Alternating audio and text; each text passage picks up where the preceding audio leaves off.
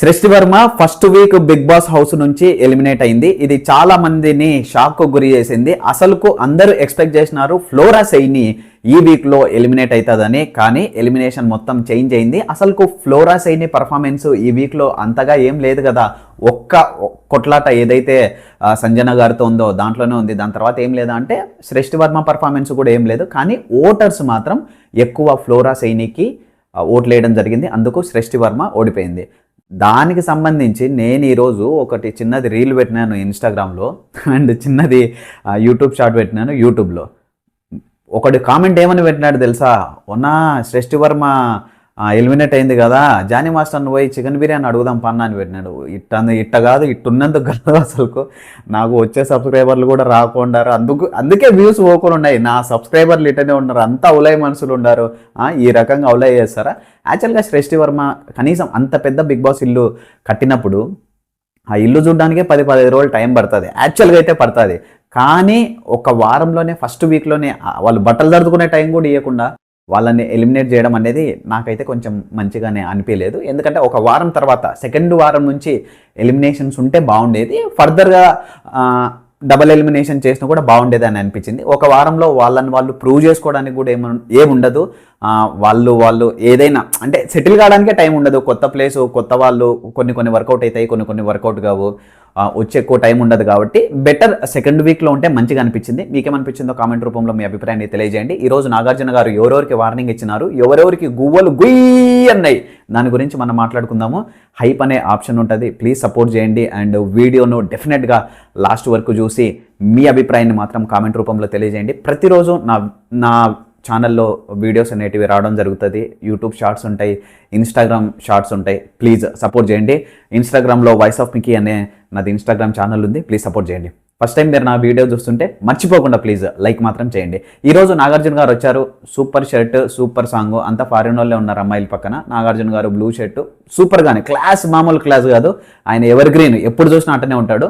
ఈరోజు entry song అయిపోయిన తర్వాత తెలుసు కదా, ఎప్పుడైనా సాటర్డే జరిగే ఏదైనా ఎపిసోడ్ ఉంటుందో ఆ ఎపిసోడ్లో ఫస్ట్ ఫ్రైడే ఏం జరిగింది అనేటివి ఇంపార్టెంట్ ఎలిమెంట్స్ చూపిస్తారు. దాంట్లో ప్రియా ఏదైతే మాట్లాడిందో అది కొంచెం వరెస్ట్ అని అనిపిస్తూనే ఉంది.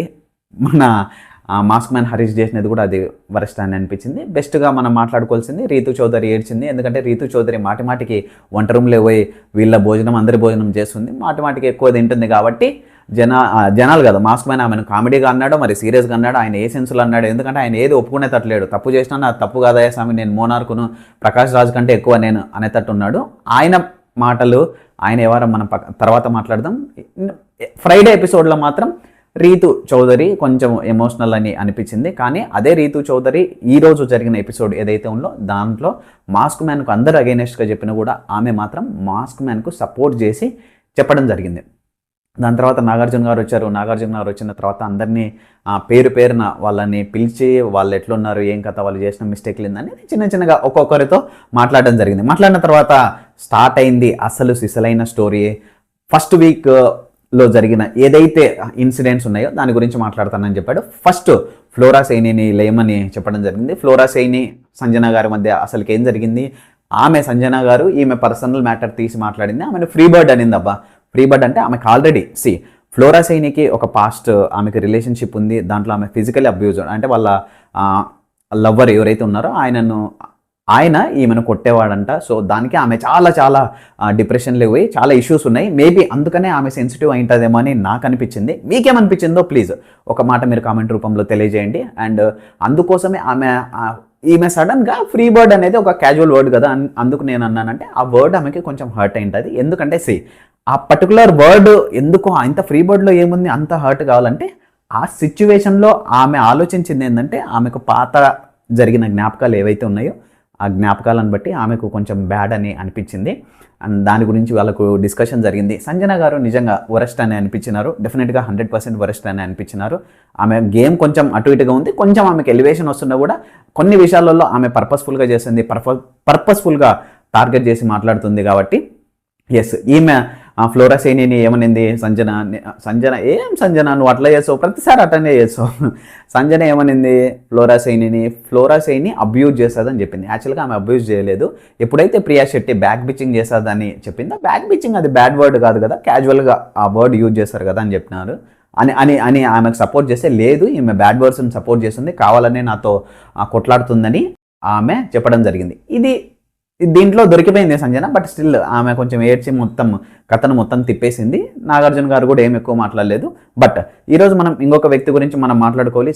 శ్రీజ నిన్న టాస్క్ ఏదైతే ఉందో దాంట్లో ఆమె పీరియడ్స్లో ఉన్న కూడా 2 గంటలు ఆ టాస్క్ కోసం నిలబడి నిజంగా ఆ రాము రాథోడ్ కూడా సపోర్ట్ చేసి గెలిచింది. అది నిన్న నేను లైవ్లో చూడడం జరిగింది కాబట్టి ఎస్, నిజంగా చాలా గ్రేట్.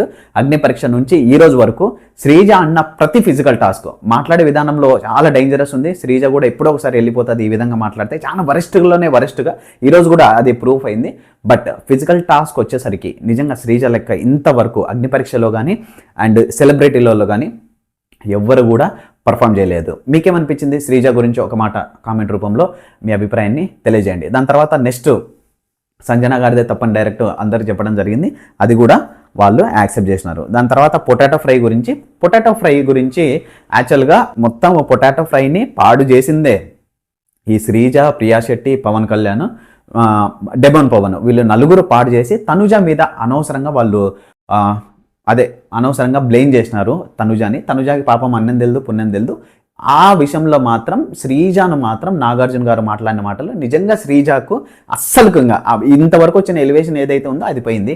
ఎందుకంటే మన సైడు తప్పు పెట్టుకొని ఎదుటోళ్ళను నువ్వు తప్పు చేసినావని చెప్పడంలో తప్పు చేసినావని వీళ్ళు మాట్లాడిన ఓవర్ యాక్షన్ మాటలు, ఆమె మాట్లాడిన విధానము అసలుకు ఛాన్సే లేదు పాపం తనుజాకు. నిజంగా తనుజ గారి ఇన్నోసెన్స్ని బట్టి నిజంగా చాలా పాపం అనిపించింది. మీకు కూడా పాపం అనిపించిందా? మీకేమనిపించింది తనుజ గారి అంటే మొన్నటి ఎపిసోడ్ అదే ఎప్పుడైతే ఈ ఇన్సిడెంట్ జరిగిందో ఆ ఎపిసోడ్లో మాత్రం తనుజ గారిది కూడా ఏమైనా మిస్టేక్ ఉందేమో అని అనిపించింది. కానీ ఈరోజు ఆ ఫుటేజ్ చూసిన తర్వాత నిజంగా తనుజ గారు పాపం అని అనిపించినారు. తనుజ గారికి సపోర్ట్ చేసే వాళ్ళు ఎవరైనా ఉన్నారా? ఉంటే మీకేమనిపించింది ఆ రోజు ఇన్సిడెంట్ గురించి, ఈ రోజు ఇన్సిడెంట్ గురించి? మర్చిపోకుండా ఒక్క మాట జస్ట్, ఎందుకంటే నాకు కూడా అర్థమవుతుంది మీరు ఏమనుకుంటున్నారో. నేను కూడా ఇంకా బెటర్గా మాట్లాడడానికి, ఇంకా బెటర్గా నేను చెప్పడానికి ట్రై చేస్తుంటాను. ప్లీజ్ డెఫినెట్గా మీరు ఎప్పుడు చూసినా ఒక కామెంట్ మాత్రం మర్చిపోద్దండి. కొంచెం ఫన్ ఉంటుంది అండ్ మంచిగా ఎంటర్టైన్ చేయడానికి ట్రై చేశాను, ఇంకా బెటర్ వేలో చెప్పడానికి ట్రై చేశాను. ప్లీజ్ సపోర్ట్ చేయడం మర్చిపోదండి. దాని తర్వాత శ్రీజాకు మాత్రం నిజంగా చాలా బెస్ట్ వార్నింగ్ ఇచ్చినాడు. ఇది పద్ధతి కాదమ్మా, నీ గేమ్ మాత్రం నువ్వు ఇంప్రూవ్ చేసుకోకపోతే నువ్వు ఇంటికి పోతావు అన్నట్టు డైరెక్ట్గా ఆయనే చెప్పడం జరిగింది. రీతు తనుజ మధ్యలో జరిగిన కొట్లాటలు కూడా తనుజ ఆమెదేం లేదు అయ్యస్, ఆమె తప్పు నిజంగానే లేదు, అసలు అనిపించలేదు. నిజంగా తనుజ ఆ రోజు పాపం ఆమె తగలలేదు. యాక్చువల్గా రీతుకు దెబ్బ తగిలిన తర్వాత తనుజ పాస్ అయింది. రీతు కూడా అర్థమైంది, ఫార్చునేట్గా నేనే అన్నాను. కానీ ఆ దెబ్బ తగిలిన తర్వాత ఈమె నన్ను అడిగిన క్వశ్చన్ ఏదో ఉందో దాన్ని బట్టి నాకు ఆ కోపం వచ్చింది అని చెప్పడం జరిగింది. అది కొంచెం అటు ఇటుగా అని అనిపించింది, కొంచెం అది వర్కౌట్ కాలేదు. బట్ స్టిల్ రీతు చౌదరిని అది కాలేమో, మీరు ఫ్రెండ్స్ ఇద్దరు కలిసి ఉండండి, ఎందుకంటే 2 souls అని ఏదో మీరు డైలాగులు చెప్పినారు కదా, ఆ డైలాగులకు సంబంధించి మీరు ఐక్యమత్యమే మహాబలంగా కలిసి ఉండండి అమ్మా, కొట్లాడొద్దండి అమ్మా అని నాగార్జున గారు వాళ్ళను కలిపే ప్రయత్నం మాత్రం చేయగలిగినాడు. బట్ స్టిల్ రీతు కొంచెం ఎందుకో నాకు ఆ విషయంలో కొంచెం తప్పు అనిపించింది. తనుజ గారే మళ్ళీ అగైన్ మంచి అనిపించినారు. మీకేమనిపించినారు? ఇప్పుడు మనం మాట్లాడుకుందాం. తర్వాత ఇమ్ము వర్సెస్ మా ఆస్క్ మ్యాన్కు సంబంధించి జరిగిన కొట్లాట ఏదైతే ఉందో దాని గురించి ఇప్పుడు మనం మాట్లాడుకుందాము. ఇమ్ము వర్సెస్ మాస్క్ మ్యాన్కు ఒక పెద్ద కొట్లాటనే జరిగింది, అది అందరూ చూసే ఉన్నారు.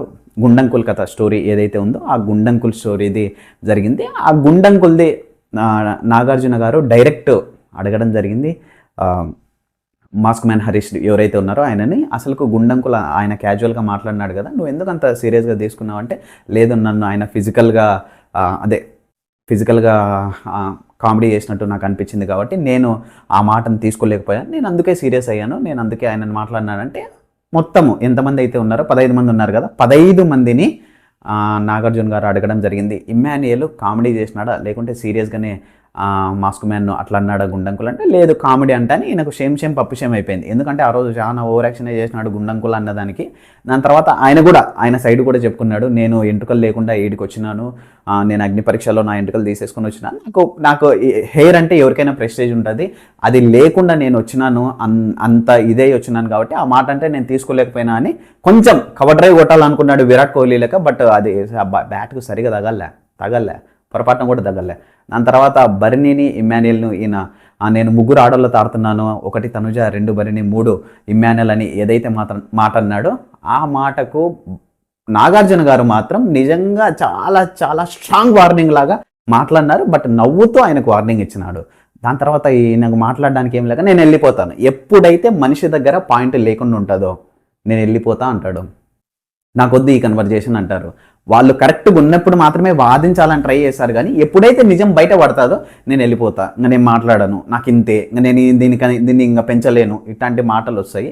మాస్క్ మ్యాన్ హరీష్ కూడా నేను ఇంట్లో నుంచి వెళ్ళిపోతాను, వెళ్ళిపోవావు, నీ సూట్ కేసు ఆడనే ఉందంటారు. ఎవ్వరు నేను భంగపోయి అయ్యా నీ వల్లనే మాకు షో నడుస్తుంది అయ్యా అని ఎవ్వరు ఫీల్ గారు, ఎవ్వరు నిన్ను పెట్టరు కూడా. నేను పోతాను, నాకు ఇట్లా జరుగుతుందని అనుకుంటే ప్లీజ్ డోర్ ఓపెన్ చేస్తారు, లక్షణంగా వెళ్ళిపో అని చెప్తారు. ఏమంటే ఇన్ని లక్షల మంది, ఇన్ని కోట్ల మంది ఆ షోని చూస్తారు కాబట్టి వాళ్ళ రెస్పెక్ట్ దెబ్బ తినకూడదు కాబట్టి ఆయనని ఏమనలేదని నాకు అనిపించింది. కానీ మాస్క్ మ్యాన్ హరీష్ది తప్ప కరెక్టా, మీకేమనిపించింది కామెంట్ రూపంలో మీ అభిప్రాయాన్ని తెలియజేయండి. ఆయన బర్నీని ఇమ్మాన్యుయల్ని ఆడవాళ్ళతో పోల్చినాడు, జెండర్తో తెలుసు కదా, XX క్రోమోజోమ్స్, XY క్రోమోజోమ్స్ కూడా తెలియదు ఆయనకు, ఏదో డైరెక్ట్గా డైలాగ్ వచ్చిందని కొంచెం కొట్టింటాడు. ఏమో అవన్నీ మనం పట్టించుకోకూడదు. కొన్ని ఆయనకు అంత అహం ఉండకుండా నాగార్జున గారు చెప్తున్నప్పుడు ఎస్ సార్ ఏదో పొరపాటు అయింది మాటలలో మాట్లాడాను, ఇది ఒకసారి నన్ను క్షమించు సార్, నెక్స్ట్ టైం నేను అట్లా చేయనంటే అంతే క్లోజు. దానికి ఈయన పెద్ద ఏదో ఇంకా నేను నాగార్జున గారి కంటే ఎక్కువ ఇంకా నేను అందరు తప్పు అనుకున్నా, నేను మోనార్కుని ప్రకాష్ రాజు కంటే ఎక్కువ అట్ట అనుకుంటే మాత్రం చాలా కష్టము, నిజంగా చాలా కష్టము. ఆయన సర్వైవ్ కూడా కాలేడు ఎక్కువ రోజులు. అట్టుంటే ఎప్పుడైనా మనం ఎవడైతే మనకు పని ఇచ్చినాడో ఆయనకు అగైనెస్ట్ ఉండకూడదు, at least you don't listen to them, but against మాత్రం ఉండకూడదు. మనం వాళ్ళ మాటలు వినకపోయినా అగైనెస్ట్ మాత్రం ఉండకూడదు. వాళ్ళు చెప్తున్నా కూడా నేను వినకుండా నాకు ఇదే సార్ మీరందరూ ఒకటి నన్ను కొన్ని సపరేట్ చేసినారని, ఇదేం గేమో నాకు అర్థం కాలే. దీన్ని కొంతమంది పాజిటివ్గా చెప్తారు, కొంతమంది నెగిటివ్గా చెప్తారు. యాక్చువల్లీ ఆయన నెగిటివ్ సైడ్లోనే ఉన్నాడు.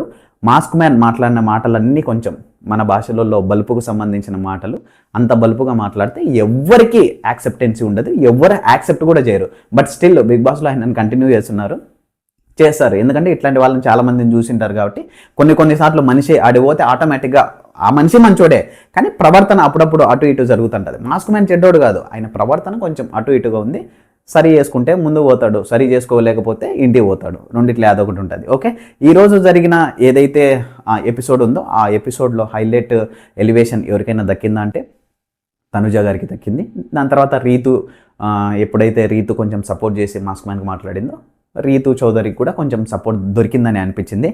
నా రివ్యూస్, బిగ్ బాస్ రివ్యూస్ ఎట్లున్నాయి నేను ఇంకా డీటెయిల్ కూడా చెప్పగలను. ఎవరు ఏం మాట్లాడినారు, రీతు ఏం మాట్లాడింది, రీతు తర్వాత మాస్క్ మ్యాన్ ఏం మాట్లాడినాడు, మాస్క్ మ్యాన్ తర్వాత నాగార్జున గారు ఏం మాట్లాడినారు, ఇవన్నీ నేను పేరు అవన్నీ రాసుకొని కూడా చెప్పగలను. కానీ చూసేవాళ్ళు చాలా తక్కువ ఉన్నారు. డీప్గా చెప్పాలంటే నాకు కూడా కొంచెం జనాల సపోర్ట్ కావాలంటే చూసిన ప్రతి ఒక్కరు మర్చిపోకుండా కొంచెం ప్లీజ్ సపోర్ట్ చేయండి. నేను కూడా ఒక చిన్న యూట్యూబర్ను, మీ సపోర్ట్ ద్వారా డెఫినెట్గా నేను ముందు పోయే అవకాశాలు ఉంటాయి, ఇంకా బెటర్గా చెప్తాను. ఓకే, ప్రతిరోజు ఇన్స్టాగ్రామ్లో, యూట్యూబ్లో చిన్న షార్ట్స్ వస్తుంటాయి, ప్లీజ్ లైక్ చేయండి. అండ్ మీ అభిప్రాయాలని ఆల్వేస్ కామెంట్ రూపంలో తెలియజేయండి.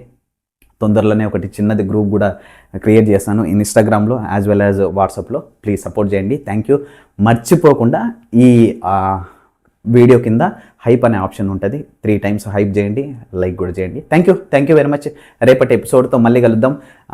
ఒక మాట చెప్పండి, సృష్టి వర్మ ఫస్ట్ వీక్లో ఎలిమినేట్ కావడం పట్ల మీకేమనిపించింది? ఇది పార్ట్ ఆఫ్ గేమా లేకుంటే లేదు ఆమెను నిరూపించుకోవడానికి ఇంకొక వారం పెట్టింటే బాగా ఉండేది అని మీకు అనిపిస్తుందా? ఏమనిపిస్తుందో చెప్పండి. అండ్ మీకు నచ్చిన బెస్ట్ పర్ఫార్మెన్స్ ఏదైనా సృష్టి వర్మ ఈ వీక్లో చేసింటే అది కూడా కామెంట్ రూపంలో తెలియజేయండి. Thank you very much.